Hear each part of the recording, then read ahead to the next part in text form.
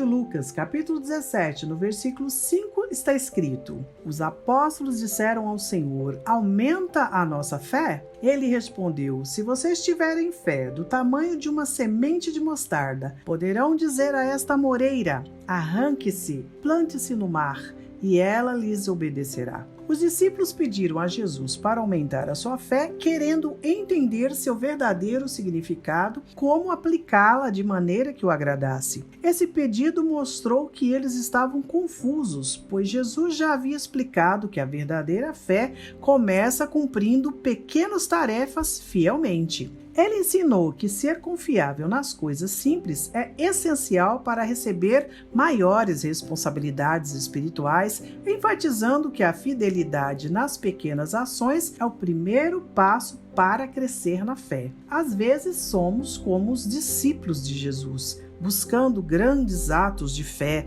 mas esquecendo que ela, na verdade, se reflete em nossa evolução pessoal, não apenas em realizações. Deus valoriza nossa transformação mais do que nossas ações. Diante de sonhos ou desafios que parecem impossíveis, a verdadeira fé reside no nosso crescimento e confiança em Deus para fazer o milagre necessário e não o milagre que nós queremos. Não podemos simplesmente orar por qualquer coisa que passe por nossas mentes egoístas. Não é permitido nos aproximarmos de Deus apenas para expressar desejos impulsivos ou ideias irracionais. Se Deus atendesse a todos os nossos pedidos imprudentes, comprometeria sua glória. Há uma regra clara para a oração. Ela deve excluir pedidos egoístas e, ao mesmo tempo, encorajar aqueles que buscam sinceramente pedir com fé, desde que alinhados com a vontade divina, conforme 1 Pedro 5, no versículo 14, que diz: se pedirmos algo de acordo com a vontade dele, ele nos atende. Os discípulos erraram ao orar por vingança, como quando sugeriram chamar fogo do céu sobre aqueles que os rejeitavam. E Jesus os repreendeu, lembrando-os de que tais orações não refletem a natureza de Deus. Jó pediu a Deus para morrer em sua angústia, uma oração que não refletia também a vontade divina. A Bíblia nos adverte em Eclesiastes a não sermos precipitados ao falar com o Senhor. Frequentemente sabemos mais sobre os nossos desejos do que sobre os de Deus. Jesus entendia que os discípulos, apesar de terem deixado tudo para segui-lo, lutavam para compreender as suas palavras. Jesus questionava nas entrelinhas que, se não cuidamos do básico, como esperar maiores responsabilidades? Ao pedirem mais fé, Jesus respondeu que até uma fé mínima, como um grão de mostarda, pode fazer maravilhas, reforçando a ideia de que a magnitude da fé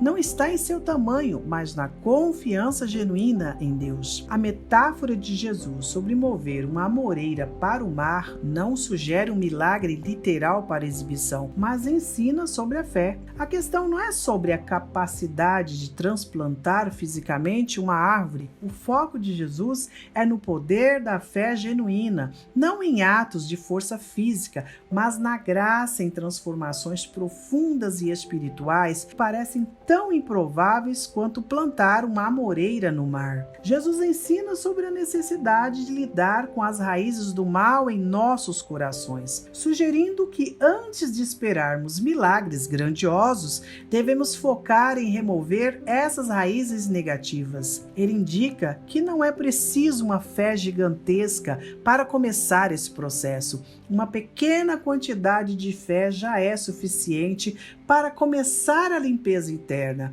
exortando-nos a examinar e purificar nossos corações de tudo que não reflete a sua presença. A primeira ação de fé que devemos tomar é sermos leais ao que pertence a Deus, reconhecendo que não podemos avançar em nossa jornada espiritual ou missão divina se estivermos enraizados no pecado. Esse desafio de arrancar as raízes pecaminosas não se limita a líderes religiosos, mas é uma responsabilidade de todos os cristãos. Portanto, é crucial refletir sobre as raízes do pecado profundamente encravadas em nós, sejam elas quais forem, e buscar purificá-las com a ajuda da fé, mesmo que pequena. Confiando nas promessas divinas, essa fé permite que o Espírito Santo elimine tais raízes, purificando-nos. Esse é o primeiro passo dos verdadeiros cristãos antes de grandes atos de fé. Devem permitir que Deus limpe o mal interior com uma pequena, mas poderosa fé. Ao tentarem seguir o ensinamento de Jesus sobre remover as raízes do pecado, os discípulos perceberam sua própria fragilidade e incapacidade de fazê-lo sozinhos. Mas, pela fé e ação do Espírito Santo, ganharam revelações e aprofundaram seu entendimento sobre a fé. Ignorar a aniquilação do pecado traz consequências severas. Permitir que o mal persista nos desarma espiritualmente, enfraquecendo nossa defesa contra o mal e vai diminuindo nossa vontade de resistir. E sem armas espirituais, como podemos lutar contra as fortalezas do mal, conforme 2 Coríntios 10? A história de Saul, em 1 Samuel 13, ilustra isso. Após uma grande vitória, a confiança de Israel estava em alta, mas Deus advertiu sobre as consequências da desobediência. A rebeldia contra Deus desarma seu povo, deixando-os vulneráveis. No capítulo 13, Saul e seu povo desobedeceram a Deus, começando com o sacrifício irregular de Saul. Quando Samuel chega, repreende Saul, dizendo que sua desobediência custou a confirmação de seu reinado por Deus. A consequência da desobediência de Israel é rápida. Logo após, 3 grupos de saqueadores filisteus atacam Israel, espalhando-se e roubando as aldeias,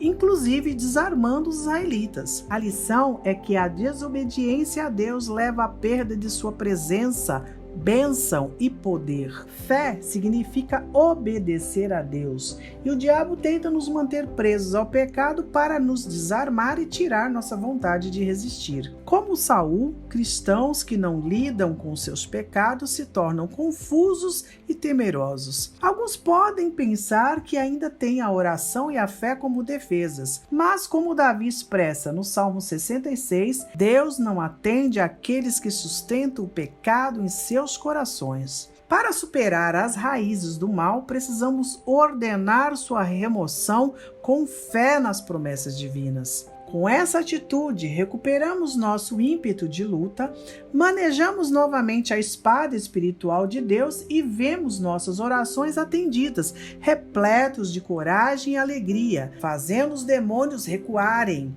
Hebreus 11, no versículo 6, nos ensina que só pela fé podemos agradar a Deus.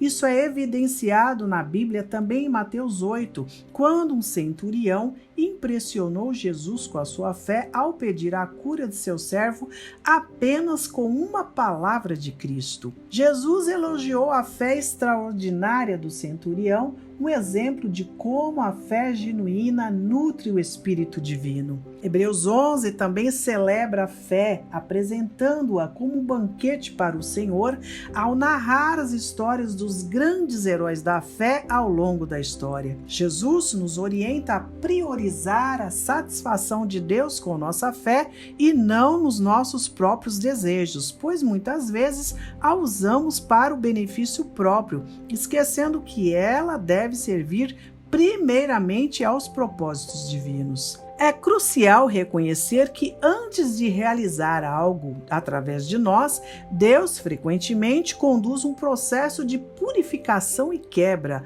moldando-nos à sua imagem. Jesus nos convida a entregar nossa fé para que Ele nos revele a verdadeira visão. Alcançar a vitória sobre nossas falhas é possível, mas devemos lembrar que é pela misericórdia de Deus que vencemos. Jesus ensina que após cumprirmos nossas obrigações, devemos nos considerar servos inúteis, pois apenas fizemos o que era esperado de nós, destacando a importância da humildade e reconhecimento da graça divina em nossas conquistas. Inúteis significa sem mérito próprio, pois vencer o pecado pela fé é pela graça de Deus, não pelos nossos próprios esforços. Vitórias sobre o pecado não são para o nosso orgulho. Obedecer a Deus é nosso dever desde o início. Mesmo a obediência mais simples, nascida da fé, é preciosa para Deus, pois satisfaz sua busca por uma fé genuína, sem merecer autoelogios. A verdadeira vitória surge ao reconhecermos nossas falhas, nos arrependermos e confiarmos nas promessas divinas. Precisamos admitir para Deus as raízes problemáticas em nossa vida e nos arrependermos, crendo na sua promessa de superação do pecado. Essa é a rota para a vitória. Jesus nos alerta que muitos afirmarão ter feito milagres em seu nome, mas ele os rejeitará por não os conhecer como seus verdadeiros seguidores. Se Jesus está nos chamando a atenção para as raízes do pecado em nossa vida, devemos escutá-lo e ficarmos sempre abertos à transformação que ele deseja fazer em nós, pois somente assim manteremos a comunhão com Ele. Que Deus te abençoe abundantemente. Por favor, compartilhe esse vídeo, nos ajude a propagar a mensagem de Jesus. Confirma se você está inscrito no canal, se inscreva nele. Nós estamos postando vídeo todos os dias, então acione o sino das notificações para você ser notificado. Deixe o seu like, o seu gostei no vídeo, isso nos ajuda muito e até o próximo vídeo. Fique com a bênção de Deus para você e a sua casa.